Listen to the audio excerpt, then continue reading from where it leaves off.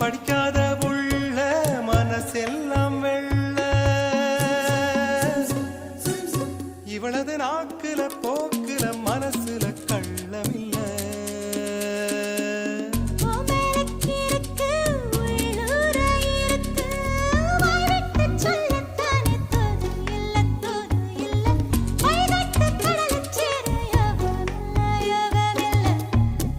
வியாழனும் வெள்ளியும் இருப்பது தூரமில்ல